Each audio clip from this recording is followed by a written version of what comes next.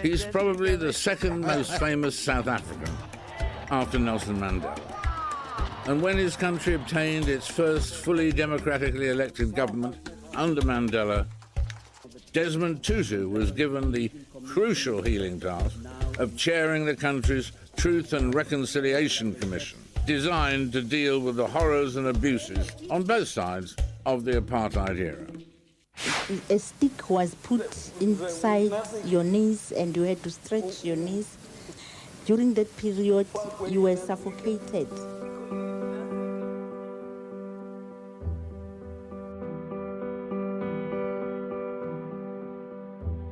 If you do not deal with a dark past such as ours, effectively look the beast in the eye, that beast is not going to lie down quietly. It's going, as sure as anything, to come back and haunt you horrendously. Those pictures of you and other members of the commission, at times just had to close your eyes. What you heard was so destructive. Well, Mr. Malgas was describing a form of torture that they gave him. That happened on the very first day of the hearings, and he was the last witness to testify. And I think, I don't know why he cried. Whether it was the memory of what they'd done to him, or the fact that because of his disability, his mouth could not articulate all that he wanted to say.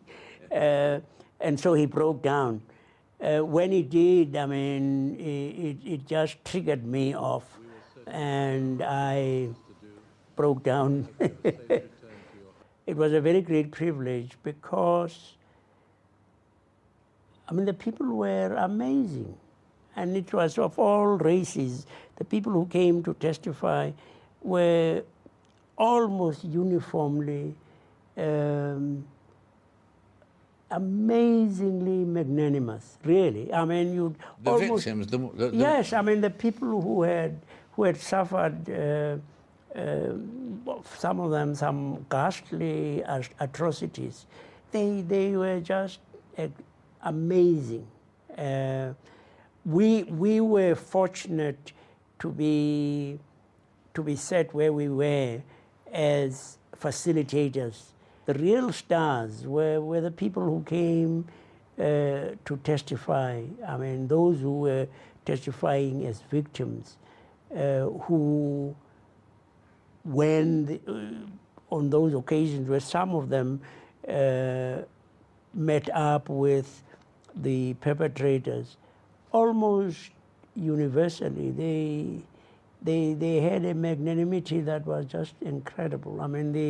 The readiness to forgive the perpetrators was, just something out of this world. When you heard someone talking about what evil they had done, did you find it difficult not to hate those people?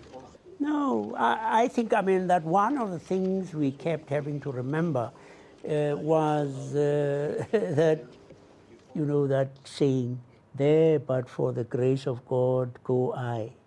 You see, you couldn't be hoity-toity. You didn't know if you had been exposed to the same circumstances, the pressures and the influences that particular person had. Do you know whether you would not have turned out as they turned out? Many of them, I think, not all of them, but I think most of them were actually quite genuine when they turned and asked for forgiveness from the victims. They were not required to do that.